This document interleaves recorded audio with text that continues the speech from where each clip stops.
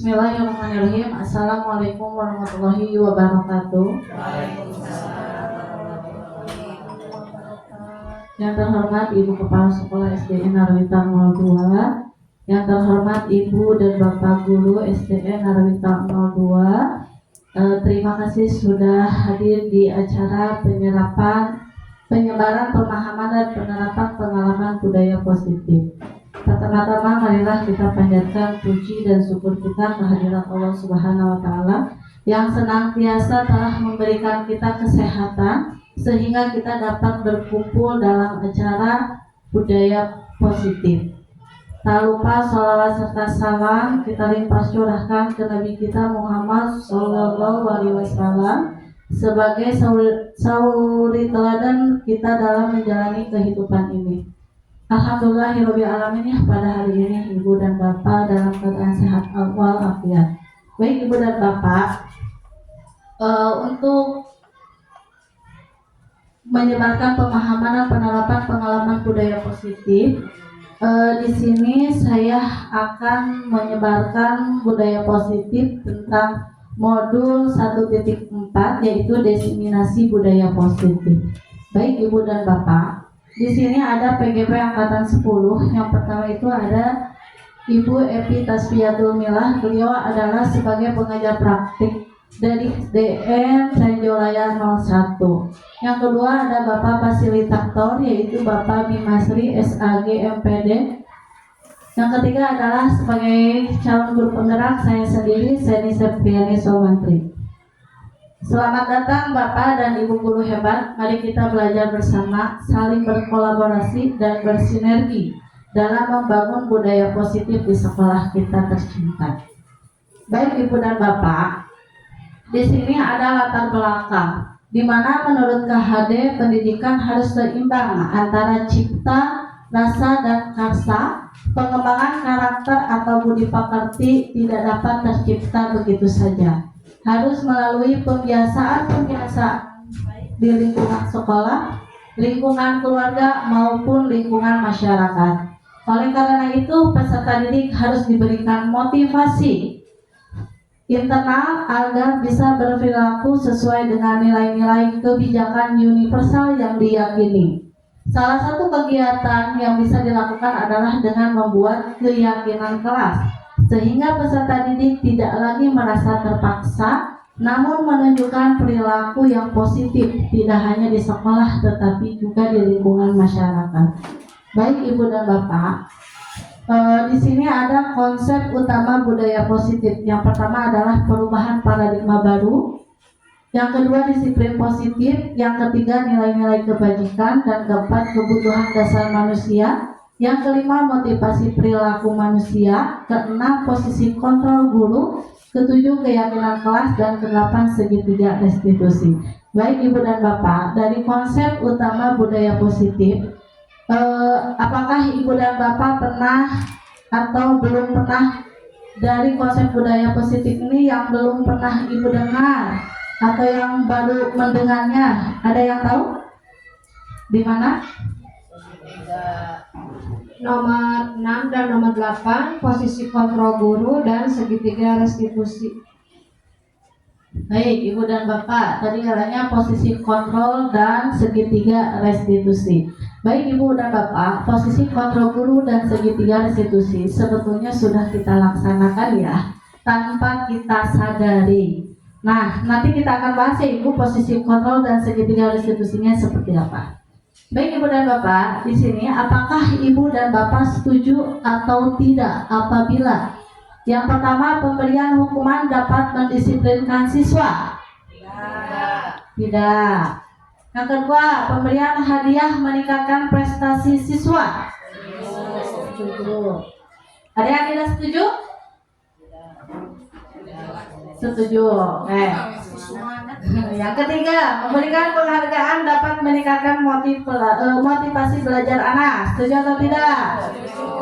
Setuju. Ya, baik Ibu dan Bapak, ini adalah kalimat pematik yang nanti akan kita jelaskan. Tadi kata Ibu nomor 1, nomor 2, sama nomor 3 setuju semuanya ya, tidak ada yang tidak setuju. Oke, baik Ibu dan Bapak. Yang pertama tadi ada pembelajaran dengan paradigma baru. Nah, Ibu dan Bapak, di sini pembelajaran dengan paradigma baru.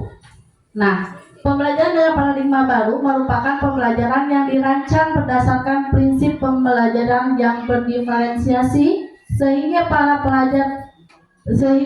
peserta didik belajar sesuai dengan kebutuhan berdasarkan tahap perkembangan untuk mewujudkan profil pelajar Pancasila. Nah, Ibu dan Bapak, sebelumnya saya mau tanyakan dulu kepada Ibu dan Bapak, apakah pembelajaran berdiferensiasi itu berpihak kepada murid atau berpihak kepada guru? Menurut saya pembelajaran berdiferensiasi itu adalah pembelajaran yang berpihak pada murid. Karena dengan adanya pembelajaran berdiferensiasi, kita dapat mengelompokkan siswa berdasarkan minat dan bakatnya dan berdasarkan kemampuan awalnya. Baik, Bu dan Bapak, betul ya. Tadi yang dikatakan Bu Yeni bahwa pembelajaran berdiferensiasi itu berpihak kepada murid. Nah, betul apa juga ini sejalan dengan pemikiran Bapak Ki Hajar Dewantara bahwa pendidik itu sebagai seorang penuntun, di mana pendidikan itu seorang guru hanya menuntun bagaimana minat anaknya. Nah, di sini ya tadi sudah dijelaskan sama Bu Yeni juga, pembelajaran berdiferensiasi itu peserta didik itu belajar dengan sesuai kebutuhannya, sesuai dengan minat dan bakatnya juga. Nah, betul sekali ya Ibu. Jadi untuk pembelajaran berdiferensiasi ini sesuai dengan perwujudan dari profil Pancasila. Ada yang masih ingat profil pelajar Pancasila itu apa? Yang pertama apa? Beriman, iya, beriman dan bertakwa kepada Tuhan Yang Maha Esa, bergotong royong, berkebinekaan global, mandiri, bergotong royong, kreatif, dan bernalar kritis. Nah, Ibu dan Bapak, pembelajaran dengan paradigma baru yang berdiferensiasi itu yaitu untuk mewujudkan profil pelajar Pancasila. Baik Ibu dan Bapak, di sini ada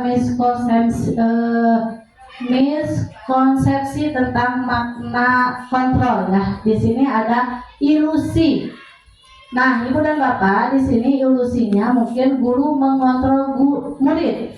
Yang sebenarnya semua perilaku memiliki tujuan bahkan terhadap perilaku yang tidak disukai.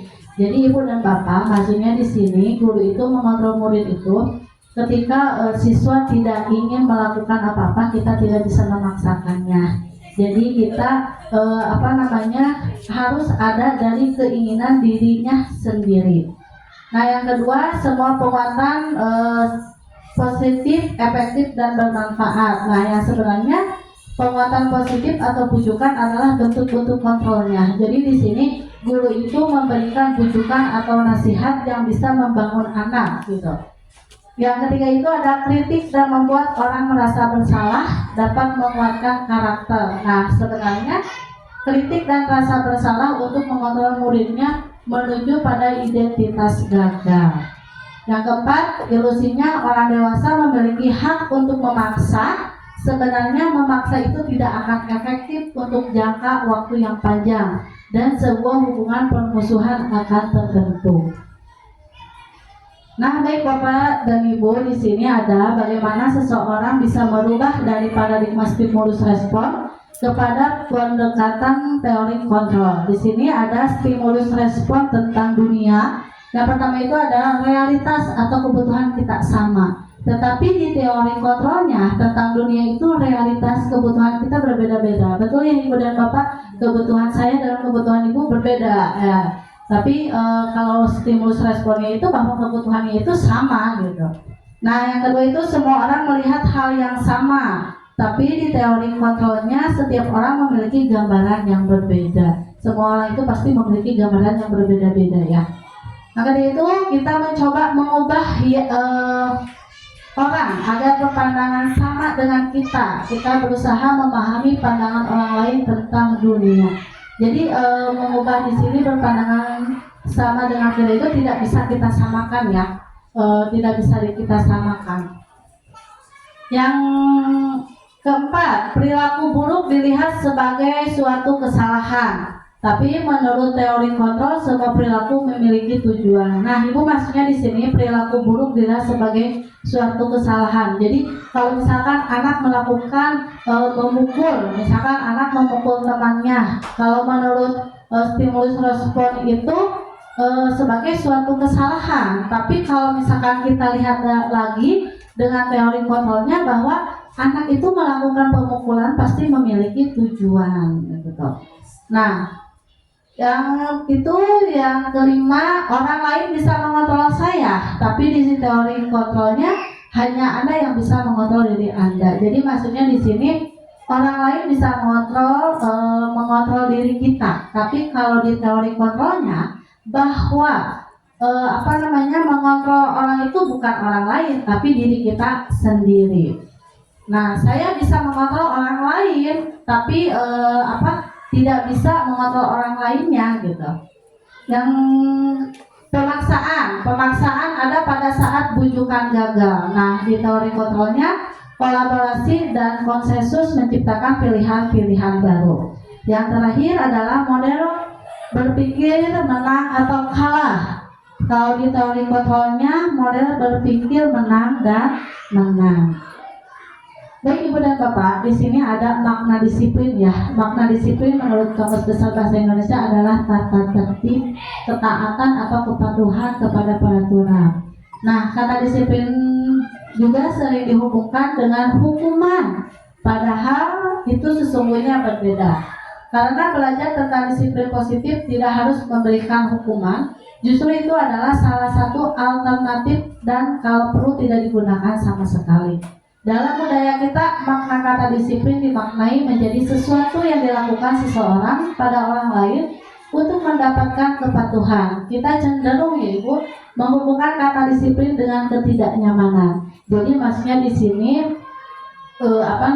kedisiplinan itu bukan suatu hukuman, tapi kadang kedisiplinan itu dihubungkan dengan ketidaknyamanan. Misalkan dengan adanya tata tertib sekolah. Nah, kadang anak itu merasa tidak nyaman gitu karena dibuat secara terpaksa, betul. Nah, di sini juga ada menurut Ki Hajar Dewantara dan Dian Gosen bahwa beliau mengartikan disiplin sebagai mengontrol diri dan bagaimana menguasai diri untuk memilih tindakan yang mengacu pada nilai-nilai yang kita hargai. Nah, menurut KHD juga, kita sebagai pendidik tujuannya kita adalah menciptakan anak-anak yang memiliki disiplin sehingga mereka bisa berperilaku dengan mengacu pada nilai-nilai kebajikan universal dan memiliki motivasi intrinsik bukan ekstrinsik.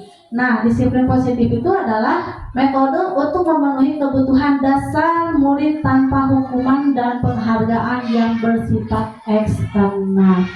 Nah, baik Ibu dan Bapak, tadi sudah dikatakan di nilai positif itu ada nilai-nilai kebajikan. Nah, di sini adalah nilai-nilai kebajikan di sini adalah sifat-sifat positif manusia yang merupakan tujuan mulia yang ingin dicapai setiap individu. Nah, seperti yang dikemukakan oleh Dr. William Glasser pada teori kontrol tahun 1984 menyatakan bahwa setiap perbuatan memiliki suatu tujuan. Dan selanjutnya menurut Dian Gosen pada tahun 1998 mengemukakan bahwa dengan mengaitkan nilai-nilai kebajikan yang diyakini seseorang, maka motivasi intrinsiknya akan terbangun sehingga menggerakkan motivasi dari dalam untuk mencapai tujuan mulia yang diinginkan. Nah, jadi Ibu dan Bapak, nilai-nilai kebajikan ini diyakini untuk memotivasi intrinsik, di mana motivasi intrinsik ini bisa membangun seseorang dari dalam dirinya untuk mencapai tujuan mulia yang diinginkannya. Nah, di sini Ibu dan Bapak ada kebutuhan dasar manusia. Kebutuhan dasar manusia adalah sesuatu yang kita lakukan untuk mendapatkan apa yang kita inginkan. Seluruh tindakan yang kita lakukan memiliki tujuan pendidikan, tujuan tertentu, dan semua usaha terbaik yang kita lakukan adalah dalam rangka kebutuhan dasar kita terpenuhi dengan baik. Nah, ini Ibu, kebutuhan dasar manusia itu yang pertama adalah bertahan hidup, kasih sayang dan rasa diterima, kebebasan, kesenangan, dan penguasaan. Nah, ini adalah kebutuhan dasar manusia yang harus agar mendapatkan sesuatu yang kita inginkan. Nah, di sini Bu, tadi bertahan hidup. Nah, bertahan hidup itu seperti makanan, pakaian, tempat tinggal, keamanan, kesehatan. Nah, bertahan hidup, kita tidak bisa bertahan hidup tanpa ada ini ya, Ibu dan Bapak. Itu adalah kebutuhan dasar manusia. Yang kedua itu adalah kasih sayang yang rasa diterima. Nah, di sini maksudnya rasa diterima, dipedulikan, berbagi, kerjasama, menjadi bagian dari kelompok. Nah, Ibu dan Bapak, kasih sayang dan rasa diterima itu kadang anak merasa dibeda-bedakan. Misalkan ketika dalam kegiatan kelompok, misalkan satu kelompoknya 4 orang, yang bekerja hanya 3 orang, yang satu tidak bekerja. Nah, itu anak merasa diterima tapi tidak dipedulikan gitu, bahwa dia berada di kelompoknya. Nah, kalau penguasaan di sini adalah harga diri, keinginan untuk dianggap memimpin, berprestasi, diakui, didengar. Nah, jadi bahwa dia itu dalam kelompoknya itu pengen dihargai bahwa dia berada di kelompoknya. Kadang anak, Ibu, saya mah tidak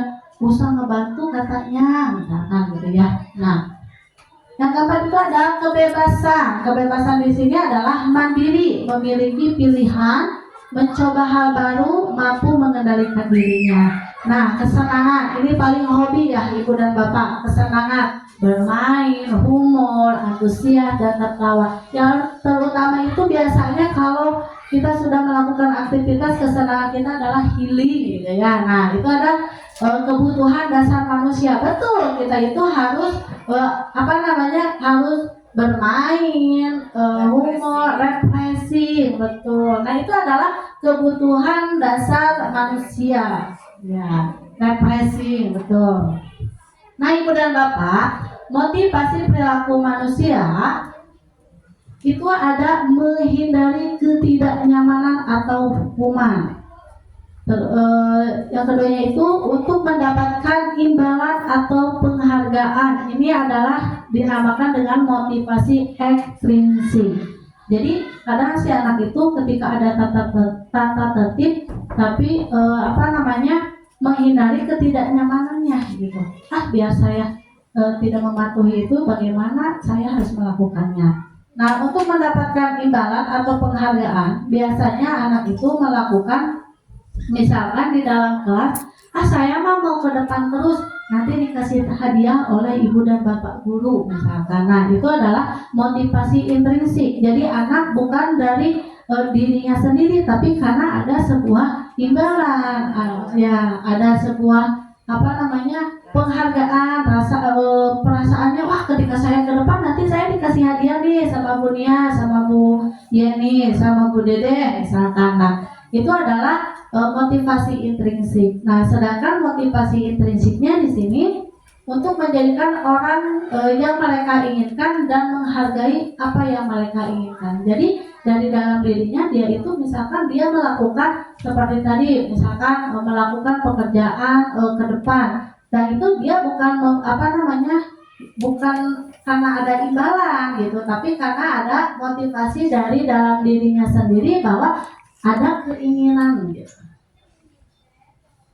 Baik Ibu dan Bapak, di sini ada hukuman, konsekuensi, dan restitusi. Nah, Ibu dan Bapak, hukuman di sini sifatnya tidak terencana, bersifat satu arah, bisa berupa hukuman fisik maupun psikis atau kata-kata kasar. Nah, biasanya hukuman ini tidak bisa terencana. Misalkan ketika ada anak yang datang terlambat, kenapa kamu datang terlambat? Silakan kamu lari keliling lapangan sebanyak 2 kali. Nah, itu berarti tidak terencana. Tapi berbeda dengan konsekuensi yang bersifatnya terencana yang sudah disepakati, bentuk-bentuk konsekuensinya sudah dibuat oleh guru, murid selalu dibuat tidak nyaman. Nah, ini ya Bu ya. Yang terakhir itu ada restitusi. Nah, restitusi ini adalah proses menciptakan kondisi murid untuk memperbaiki kesalahan, yaitu di mana proses kolaboratifnya yang mengajarkan murid untuk mencari solusinya. Nah, Ibu dan Bapak, hukuman, konsekuensi, dan restitusi ini sudah pernah kita lakukan. Konsekuensinya sudah kita buat dengan anak-anak, misalkan dengan pembuatan keyakinan kelas. Restitusi misalkan ketika menghadapi anak-anak yang bermasalah dan mencarikan solusinya. Nah, baik Ibu dan Bapak, di sini ada tindakan di mana hukuman atau konsekuensi. Baik Ibu dan Bapak tinggal menyebutkan hukuman atau konsekuensi. Yang pertama, mencatat 100 kali di dalam buku kalimat "Saya tidak akan datang terlambat lagi karena terlambat ke sekolah." Hukuman atau konsekuensi? Hukuman. Lari mengelilingi lapangan basket 2 kali karena terlambat hadir di sekolah. Hukuman. Murid diminta untuk push up 15 kali karena tidak menggunakan masker. Hukuman. Menggantikan kertas teman yang telah dicoret-coret. Konsekuensi. Lari keliling lapangan karena terlambat 10 menit saat pelajaran PJOK. Hukuman apa konsekuensi? Hukuman? Hukumnya apa? Konsekuensi. Kalau Bu Yani? Kalau menurut saya ini termasuk pada hukuman, karena tidak ada sebelumnya belum ada perjanjian dulu bahwa yang terlambat 10 menit harus lari. Ini secara spontan diberikan oleh guru yang bersangkutan untuk dihukum. Ya, tadi ada hukuman, ada konsekuensi ya. Murid disuruh untuk tidak mengenakan sepatu seharian di sekolah karena tidak menggunakan sepatu hitam. Hukuman atau konsekuensi? Apa?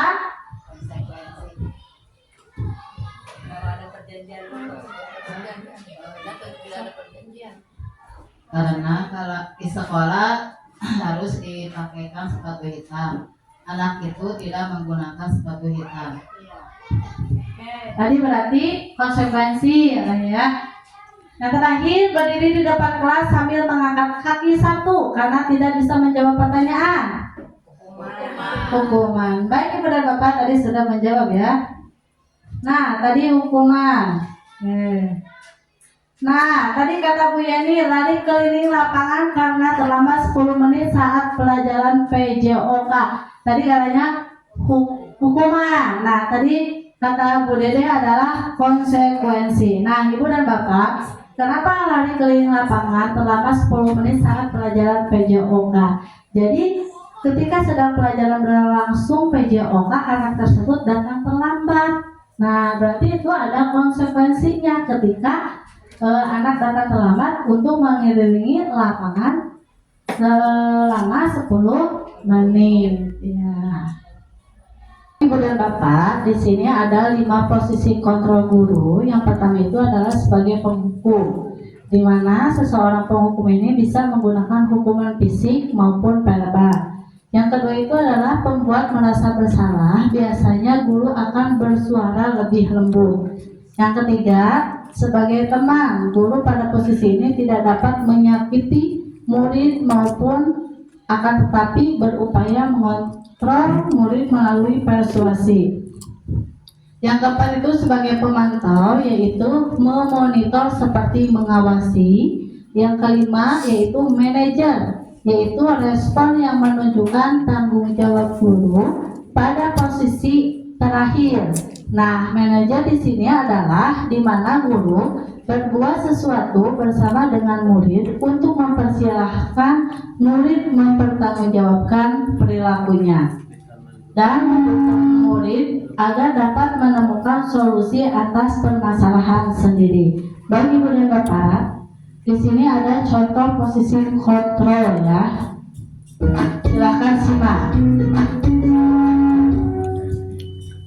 Salam bahagia Ibu dan Bapak guru hebat. Dalam penerapan disiplin positif restitusi, salah satu program yang dikembangkan adalah 5 posisi kontrol. 5 posisi kontrol dalam restitusi adalah proses perjalanan seorang pendidik agar dapat mengenali dirinya. Pada video kali ini, kita akan membahas tentang 5 posisi kontrol yang dikembangkan oleh Diane Gosson dan contoh penerapannya.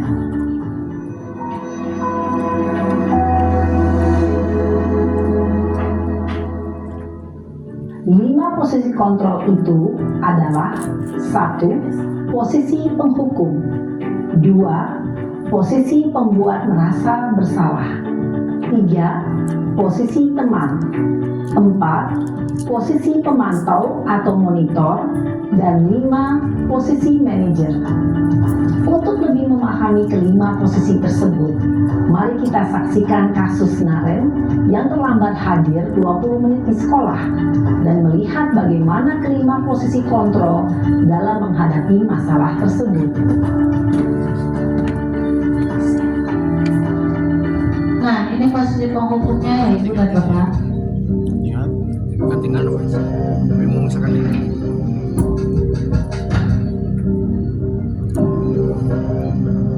Naren! Sini kamu! Selamat pagi, Bu. Selalu terlambat. Kamu deh, pasti terlambat. Maaf, Bu. Saya Apa? Apa coba? Alasan kamu apa lagi? Kapan sih kamu tidak terlambat? Malas sekali ya kamu jadi anak. saya Dasar pemalas. Gak kapok-kapok sih kamu. Sudah berapa kali terlambat? Sana, kamu keliling lapangan basket 2 kali. Kenapa saya harus keliling lapangan basket, Bu? Kenapa? Kamu mau lawan ibu? Berani-beraninya jawab. Sudah terlambat, masih berani jawab pula. Sekarang, keliling lapangan basket 5 kali sekalian. Biar kapok. Cepat. Pergi sana ke lapangan basket. Posisi penghukum biasanya berbicara dengan nada tinggi, menghardik, menunjuk-nunjuk, menyakiti, dan menyindir. Hukuman bisa berupa fisik maupun psikis. Ibu dan Bapak guru hebat, dampak yang terjadi pada murid ketika guru berada pada posisi penghukum adalah murid cenderung akan memberontak, bahkan menyimpan dendam.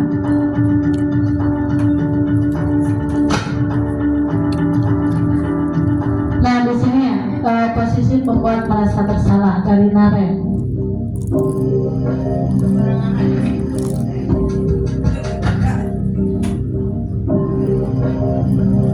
Naren!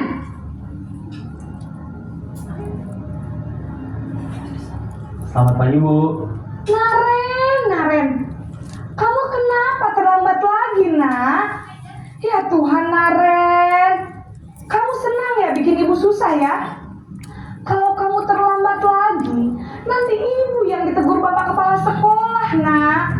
Disangka ibu tidak bisa membina kamu. Duh, gimana ini? Maaf, Bu. Duh, Gusti Naren, kamu suka ya kalau ibu ditegur bapak kepala sekolah? Terus, sekarang ibu harus tulis apa yang di buku absen? Ini kamu sudah sering terlambat loh. Ibu harus apa coba? Maaf, Bu. Maaf sekali. Ya sudah, lain kali jangan bikin ibu susah lagi ya nak ya. Ibu tidak akan kuat lagi kalau kamu begini terus. Bisa jantungan kalau ibu tegur bapak kepala sekolah. Sana cepat ke kelas. Maaf ya, Bu. Maaf sekali. Posisi pembuat rasa bersalah berbicara dengan nada tenang, cenderung lembut. Namun kata-kata yang diutarakan membuat murid merasa menjadi orang yang gagal, memandang buruk dirinya sendiri, merasa tidak berharga, dan tidak sanggup membahagiakan orang lain. Ketika guru mengambil posisi pembuat rasa bersalah, murid akan menganggap dirinya yang bersalah dan ia akan menyimpan emosi negatif tersebut di dalam dirinya. Nah, ini sebagai posisi sebagai tenang.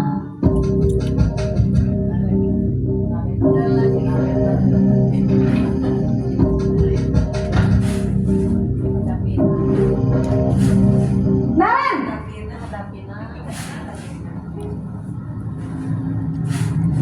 Selamat pagi Bu. wah, sudah jam berapa ini nak? Terlambat lagi ya sayang. Iya Bu, habis ibu saya lupa bangunkan saya Bu. Kamu malah menyalahkan ibu kamu. Kamu bukannya anak yang larinya paling kencang. Kok terlambat sih? Iya Bu, saya memang terlambat bangun tadi. Jadi biarpun saya lari kencang, tetap gak kekejar Bu. Ya sudah sana. Nanti lain kali larinya lebih kencang lagi ya. Biar gak terlambat lagi. Bikin senang ibu. Demi ibu. Bisa kan? Bisa lah Bu. Ya sudah sana masuk kelas. Ibu beresin urusan absen kamu. Kamu ini ada-ada saja. Dalam posisi teman, guru berbicara dengan nada suara ramah, akrab, cenderung bersenda gurau untuk menjaga suasana tetap santai. Murid akan merasa senang, aman, dan akrab dengan guru. Identitas yang tercipta adalah identitas sukses atau berhasil. Namun, perlu diingat, karena ini masih dorongan eksternal, maka ada faktor ketergantungan dari murid kepada orang tertentu. Di sini, guru absennya, sehingga di lain waktu, murid bisa berperilaku baik, namun hanya kepada orang-orang tertentu saja. Di sini posisi pemantau atau pemonitor. Naren lagi.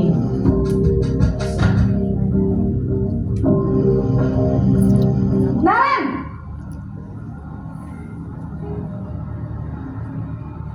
Selamat pagi Bu. Naren, apa peraturan sekolah kita tentang jam berapa kita harus masuk sekolah, nak? Kita harus di sekolah jam 7 Bu.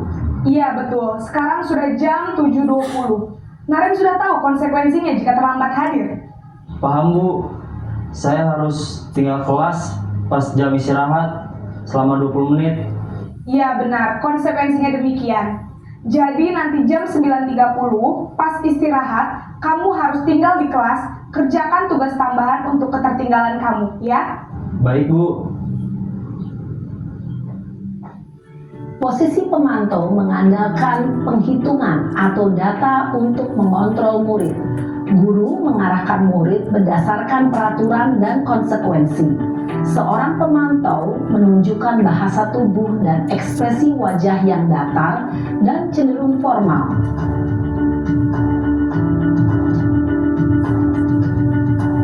Nah, ini posisi terakhir, yaitu posisi sebagai manajer.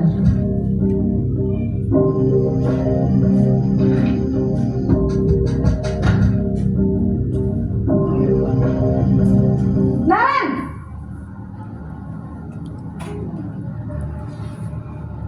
Selamat pagi Bu. Selamat pagi, Naren. Maaf Bu, saya terlambat. Iya, sekolah masuknya jam 7, sekarang sudah jam 7.20. Jadi sekarang bagaimana ini, Naren? Maaf Bu, saya lupa setel alarm saya semalam. Baiklah, menurut kamu, keyakinan sekolah yang mana yang perlu kamu tingkatkan? Menghargai diri sendiri dan orang lain mungkin ya Bu. Setuju. Jadi, apakah Naren meyakini prinsip saling menghormati tersebut? Iya Bu, saya meyakininya. Apakah Naren bersedia memperbaiki masalah keterlambatan ini? Bersedia Bu. Bagaimana kamu akan perbaiki masalah keterlambatan ini? Saya akan coba untuk tidak lupa menyetel alarm saya, Bu. Baik, kalau Naren lupa menyetel alarm di rumah, ada orang yang kira-kira bisa bantu mengingatkan tidak? Ada, Bu. Kakak saya, Kak Ema. Ada lagi selain Kak Emma? Selain Kak Ema, ada ibu saya. Baik, jadi yang mengingatkan Naren adalah Kak Emma dan ibu kamu ya? Kira-kira akan mulai setel alarm kapan nih Naren? Setelah pulang sekolah, akan segera saya lakukan. Baik, jadi Naren akan setel alarm untuk bangun besok pagi dan akan diingatkan oleh kakak dan ibunda Naren ya. Ada lagi yang mungkin perlu dilakukan Naren agar tidak terlambat bangun lagi? Tidak ada, Bu. Baik Naren, terima kasih untuk kerjasama kamu. Sekarang kamu perlu kembali ke kelas untuk belajar. Baik, Bu. Terima kasih. Posisi manajer adalah posisi kontrol yang disarankan untuk membimbing murid memiliki sikap disiplin yang positif, yaitu murid yang mandiri, bertanggung jawab, dan dapat memecahkan masalah. Tujuan dari posisi ini adalah agar murid dapat berefleksi atas tindakannya. Guru akan dengan tulus memberikan pertanyaan-pertanyaan bermakna, sehingga membuat murid dapat belajar dari kesalahannya dan mencari sebuah solusi untuk menyelesaikannya. Ibu dan Bapak guru hebat, setelah mengamati adegan kelima posisi kontrol tadi, kira-kira posisi mana yang paling ideal? Posisi mana yang dapat menunjang motivasi intrinsik murid? Ya, tentu posisi merit. Ibu dan Bapak, nih posisi mana yang dapat menunjang untuk motivasi intrinsik murid dari 5 posisi kontrol guru yang tadi ya. Setelah Ibu menyaksikan video Naren yang selalu datang terlambat. Nah, kira-kira posisi kontrol guru mana yang menunjang motivasi intrinsik murid?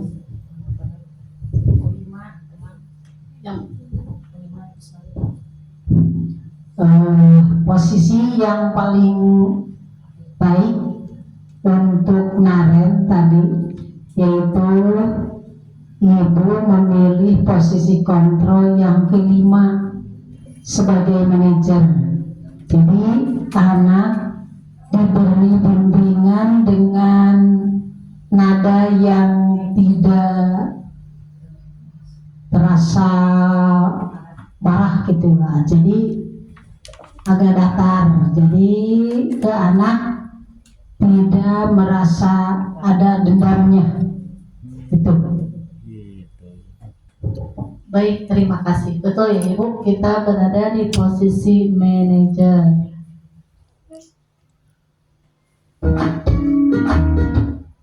Nah, tadi kita setelah menyaksikan dari 5 posisi kontrol. Di sini ada keyakinan kelas. Nah, Ibu dan Bapak, saya mau menanyakan mengapa keyakinan kelas dan mengapa bukan peraturan kelas? Ada yang siap? Ya, keyakinan kelas adalah kesepakatan seluruh warga kelas, siswa dan guru. Dan kalau peraturan itu disepakati oleh satu pihak. Baik, tadi betul ya, keyakinan kelas itu adalah disepakati oleh seluruh warga yang ada di dalam kelas, yaitu siswa dan guru. Nah, kenapa bukan peraturan kelas? Karena peraturan kelas tadi itu sifatnya satu, ya. Jadi kalau peraturan kelas itu, Ibu dan Bapak, adalah peraturan yang baku. Jadi peraturan yang sudah jadi anak bisa terikat gitu dengan peraturan, beda dengan keyakinan kelas. Baik Ibu dan Bapak, keyakinan seseorang akan lebih memotivasi seseorang, dari dalam seseorang akan lebih tergerak dan bersemangat untuk menjalankan keyakinannya, daripada hanya sekedar mengikuti serangkaian peraturan tertulis tanpa makna. Betul tadi yang dikatakan oleh Bunia, bahwa keyakinan itu harus ada kesepakatan, sehingga si anak itu tergerak untuk menjalankan keyakinan yang sudah dibuat secara bersama-sama antara siswa dan guru. Nah, betul tadi tadi peraturan itu tertulis tanpa makna. Kadang kalau zaman dulu mah ada tata tertib sampai berapa, misalkan tata tertib 1 sampai 20, tapi itu hanya sebatas tulisan tanpa ada maknanya. Berbeda dengan keyakinan kelas. Kalau keyakinan kelas itu adalah adanya nilai-nilai yang universal, di mana si anak itu bisa menjalankan keyakinannya yang sudah disepakati. Baik Ibu dan Bapak, dalam pembentukan keyakinan kelas itu, yang pertama itu lebih abstrak dari peraturan. Yang kedua tadi berupa pernyataan universal, dibuat dalam bentuk positif, sedikit agar lebih mudah diingat, sesuai dengan kondisi kelas dan sekolah agar mudah diterapkan. Dan yang terakhir adalah semua warga sekolah atau kelas dilibatkan dalam pembuatannya. Jadi dalam pembentukan keyakinan kelas ini, apabila sudah disepakati, sehingga nanti anak bisa menjalankan keyakinan kelasnya tanpa ada dorongan orang lain, yaitu dari muncul dirinya sendiri bahwa keyakinan kelasnya yang sudah dibuat bersama teman-temannya sudah disepakati dan harus dijalankan. Baik Ibu dan Bapak, ini adalah budaya positif yang terakhir, yaitu segitiga restitusi. Segitiga restitusi adalah suatu proses dialog yang dijalankan oleh guru menghasilkan murid yang mandiri dan bertanggung jawab. Nah, di segitiga restitusi ini ada yang namanya menstabilkan identitas, validasi tindakan yang salah, dan menanyakan keyakinan. Baik Ibu dan Bapak, di sini ada video ya penerapan tentang segitiga restitusi. Salam dan bahagia Ibu dan Bapak guru hebat. Pada video kali ini kita akan membahas tentang salah satu program disiplin positif yang diterapkan di lingkungan sekolah yang dikenal dengan nama restitusi.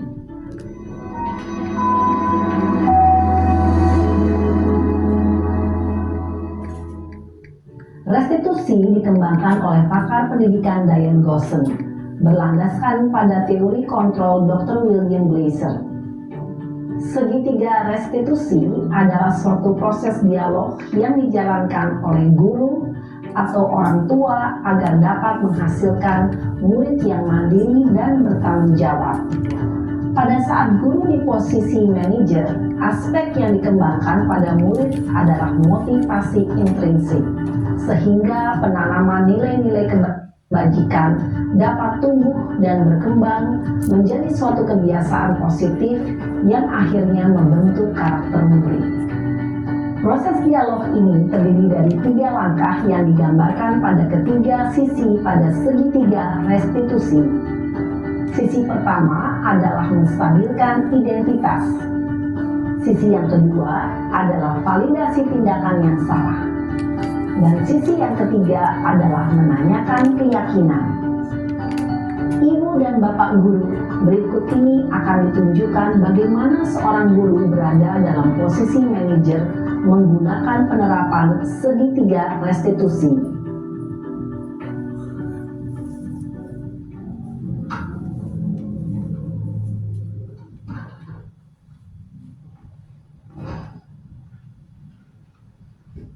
Siang Sarah. Siang Pak. Sudah lama nggak ketemu Sarah. Kenapa hari ini ada di sini? Kesel Pak, kesel banget. Masa aku dikatain tukang fitnah Pak? Ya aku marah lah. Aku balik ngatain Eka di depan kelas. Kesel banget. Oh begitu. Ya pasti kamu marah dan kesal. Bapak juga akan marah apabila ada yang menuduh Bapak seperti itu. Kemudian pada saat itu kamu mau melakukan apa? Ya saya langsung ngatain Eka lah Pak. Kesel banget. Saya bentak-bentak dia depan teman-teman lain. Oh begitu. Pasti kamu melakukan seperti itu. Ini validasi tindakan yang salah ya Ibu. Iyalah, masa saya diam saja Pak? Ya saya bela diri lah. Masa saya dituduh tukang fitnah? Ya wajar lah. Mempertahankan harga diri itu sesuatu yang penting buat kamu. Untung kamu tidak bertindak lebih gegabah lagi. Hanya membentak-bentak. Iya Pak. Untung saya masih bersabar dan hanya membentak saja.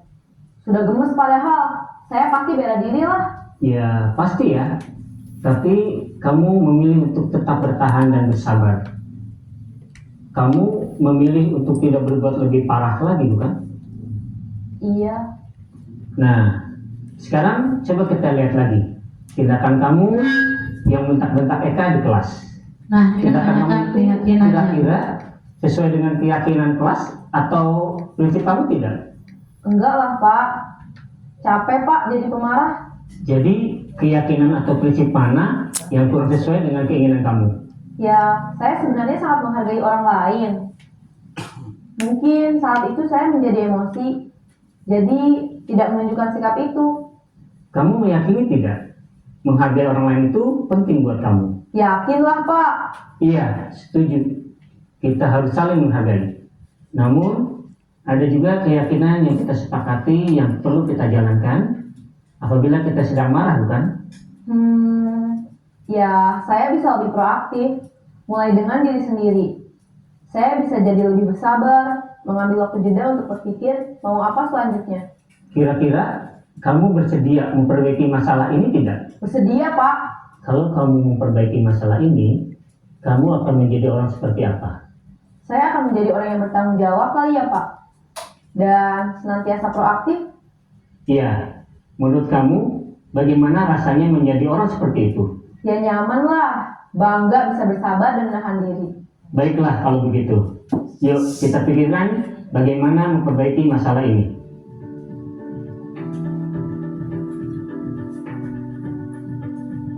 Pada sisi pertama, menstabilkan identitas berdasarkan pada prinsip bahwa membuat kesalahan adalah bagian dari proses pembelajaran. Sisi pertama dari segitiga ini berperan menggeser identitas murid dari identitas gagal ke identitas sukses. Murid yang sedang bertingkah laku yang tidak pantas atau menarik diri saat itu sedang mengalami identitas gagal. Bila kita mengkritiknya, maka posisinya tidak akan berubah. Kita bisa mengajukan pernyataan-pernyataan ini. 1. Membuat kesalahan sesuatu yang wajar. 2. Manusia tidak ada yang sempurna. 3. Kita bisa memperbaiki masalah ini. 4. Saya tidak menanyakan kesalahannya. Saya lebih fokus bagaimana memperbaiki masalah ini. 5. Apakah saat ini kamu tengah menjadi orang yang baik untuk dirimu sendiri? Pada sisi kedua, validasi tindakan yang salah berlandaskan pada prinsip bahwa setiap perilaku berupaya memenuhi suatu kebutuhan tertentu.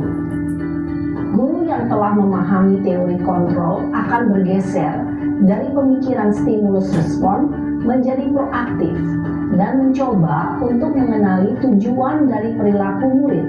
Mengenali dan mengakui kebutuhan murid ini dapat memperbaiki hubungan dengan murid tersebut.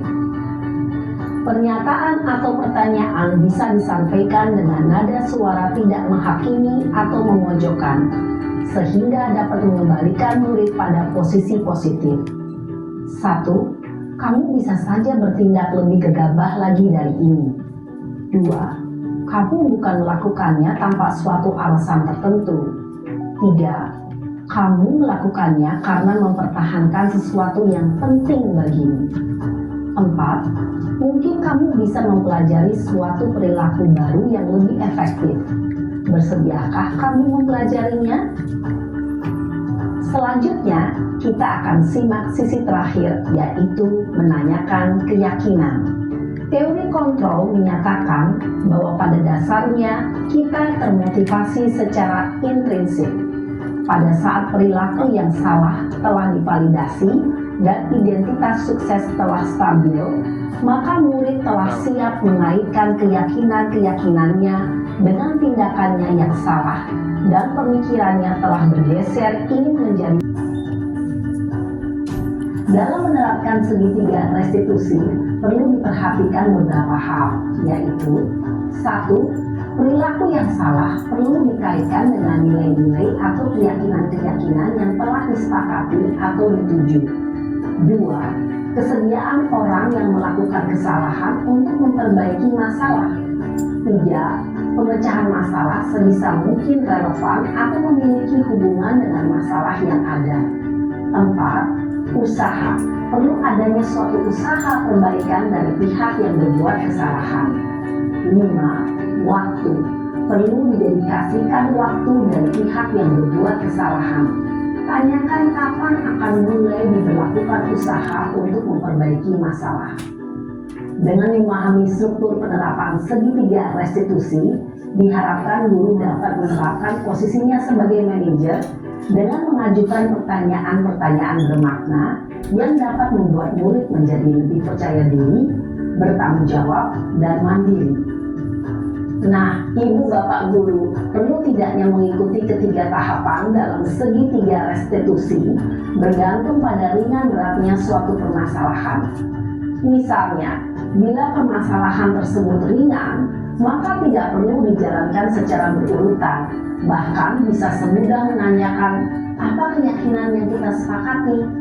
Dengan menjalankan segitiga restitusi, dengan mengajukan pertanyaan-pertanyaan bermakna, diharapkan murid menjadi lebih kuat secara pribadi, dapat membuka wawasan murid agar dapat menyelesaikan permasalahannya sendiri, semakin percaya diri, mandiri, dan merdeka. Salam dan bahagia, Ibu Bapak Guru hebat.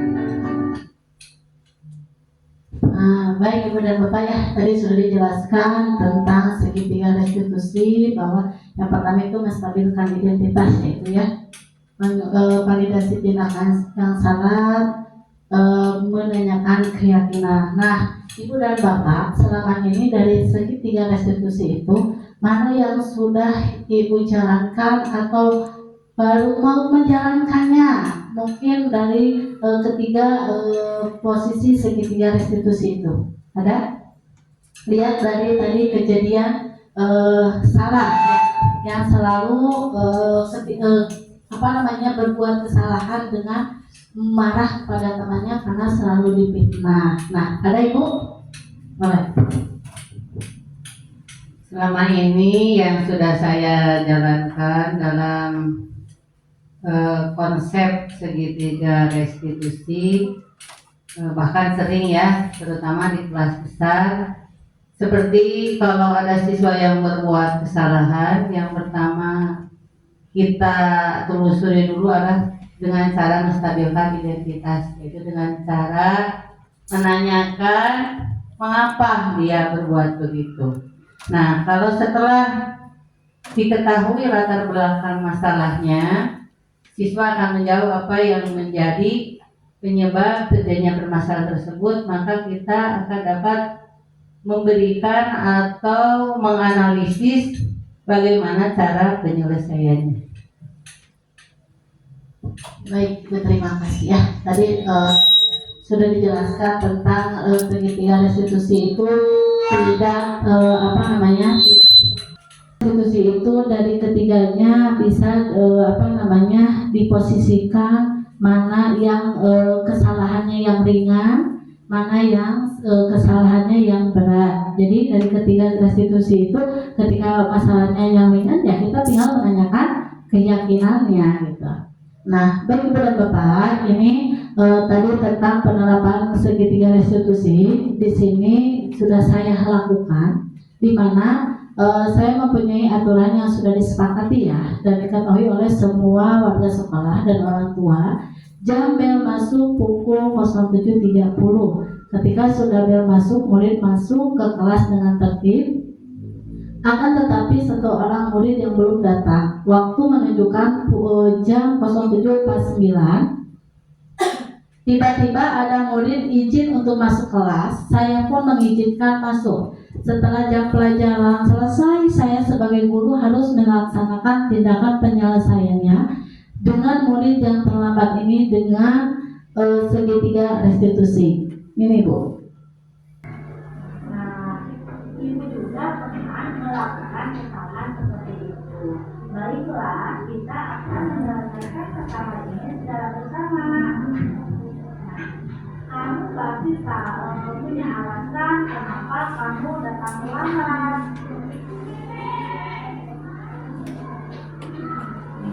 mami kamu tidak marah? Memang ya, bermain game itu sangat asik. Sampai tengah malam itu akan merugikan diri kamu sendiri, nak. Nah, tapi ingatlah dengan keyakinan yang pernah kita lihat di awal mereka. Mama, sebutkan apa keyakinannya? Nah, Aulia, tahu apakah keyakinan kelas itu harus dilaksanakan? Apa yang akan Aulia lakukan agar bisa melaksanakan keyakinan kelas dengan baik?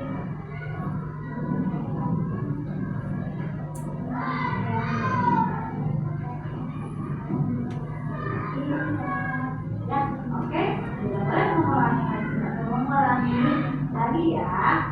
Terus dulu.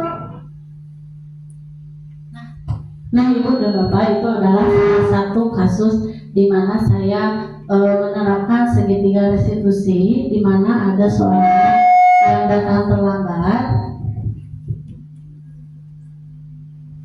seorang anak yang datang terlambat. Nah, di sana saya menanyakan dulu kenapa alasan anak tersebut datang terlambat. Nah, jadi setelah saya menanyakan alasannya datang terlambat, saya menstabilkan tindakan yang salahnya apa yang sudah dilakukan. Nah, setelah si anak menjawab karena tidur terlalu malam, karena bermain game. Nah, akhirnya setelah diketahui kesalahannya, barulah ada keyakinan yang disangkut pautkan dengan keyakinan kelas, yaitu disiplin waktu, tidak datang terlambat. Baik, penerapan budaya positif, hendaknya guru memiliki standar kepribadian, keprofesionalan, dan sosial yang baik di dalam guru, maupun merefleksi dirinya dalam sebagai among, manajer yang menuntut murid-muridnya menjadi insan yang mandiri, merdeka, dan bertanggung jawab. Baik, Ibu dan Bapak, terima kasih atas kehadiran Ibu dan Bapak dalam diseminasi budaya positif. Saya ucapkan terima kasih. Cukup sekian dari saya.